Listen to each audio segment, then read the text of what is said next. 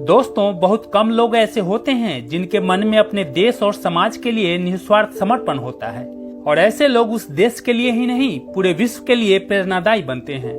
Sir Ratan Tata देश के एक ऐसे लिविंग लेजेंड हैं जिनकी दूरदृष्टि और देशभक्ति किसी से भी छुपी नहीं है।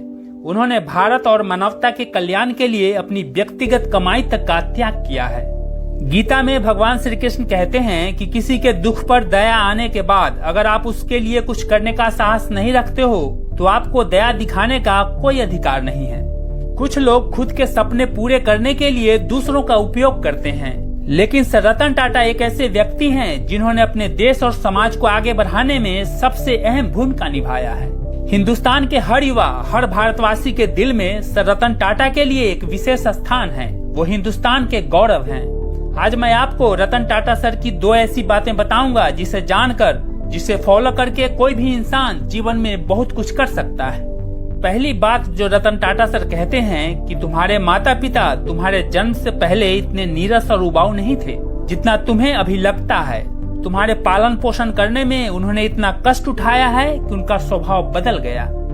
दोस्तों, बहुत सारे लोग ऐसे होते हैं जब वो थोड़ा पैसा कमाने लगते हैं तब उन्हें अपने माता पिता उबाऊ और बोझ लगने लगते हैं और उन्हें अपने माता पिता की अच्छी बातें भी बुरी लगने लगती है।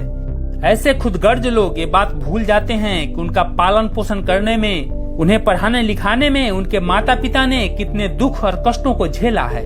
जो पिता सुबह से शाम तक जी तोड़ मेहनत करता है, जो अपनी जरूरतों, अपने सपने को मारकर अपने संतान की छोटी से छोटी जरूरतों को पूरा करता है।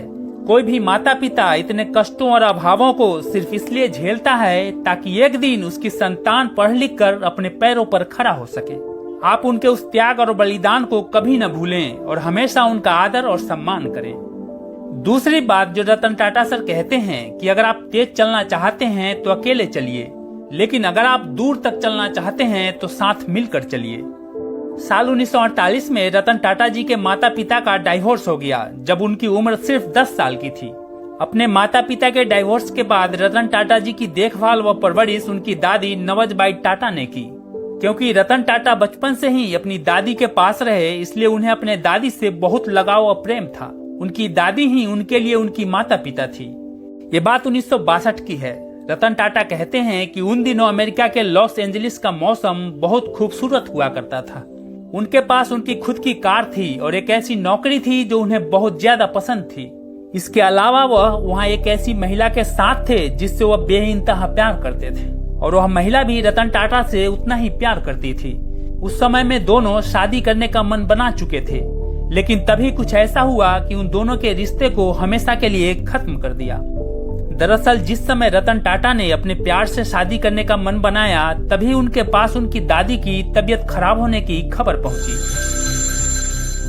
उन्हें अपने दादी से बहुत लगाव था, इसलिए उन्होंने इंडिया अपनी दादी के पास आने का फैसला किया। उन्होंने उस महिला को भी अपने साथ भारत चलने को कहा और कहा कि वे इंडिया जाकर शादी कर लेंगे। वह महिला भी उनके साथ आने के लिए मान गई थी, लेकिन उस महिला के पेरेंट्स नहीं माने। उन्होंने सिक्योरिटी रीजन से उस महिला को आने की परमिशन नहीं दी। यह साल 1962 की बात है जब भारत और चीन का युद्ध चल रहा था। इसी युद्ध के कारण उस महिला के पेरेंट्स ने उसे इंडिया जाने को मना कर दिया। ऐसे में रतन टाटा ने इस महिला से वादा लिया कि जैसे ही युद्ध समाप्त होगा वह इंडिया आएगी और दोनों शादी करेंगे। इसी वादे के भरोसे रतन टाटा इंडिया वापस आ गए अपनी दादी, अपने परिवार के पास, और उस महिला के आने का इंतजार करने लगे। रतन टाटा को पूरा विश्वास था कि वह जरूर आएगी, लेकिन इंतजार बहुत लंबा होता गया और आखिरकार उन्हें एक दिन यह खबर मिली कि उस महिला के माता पिता ने उनकी शादी किसी और व्यक्ति से करवा दी है। इस खबर को सुनकर रतन टाटा को बहुत धक्का लगा। वे बहुत दुखी हुए।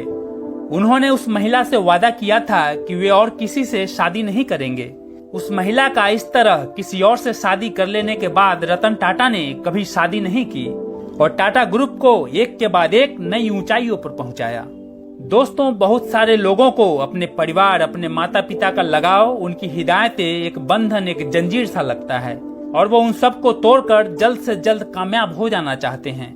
वो ये बात भूल जाते हैं कि एक पतंग आसमान की ऊंचाइयों को तभी छूता है जब तक वो एक बंधन, एक डोर से जुड़ा रहता है। जैसे ही डोर कटती है, पतंग दिशाहीन होकर हिचकोले खाकर जमीन पर गिर जाता है। अगर आप वास्तव में सफल होना चाहते हैं और बहुत दूर तक जाना चाहते हैं तो अपने परिवार, अपने माता पिता को साथ लेकर साथ मिलकर चलें।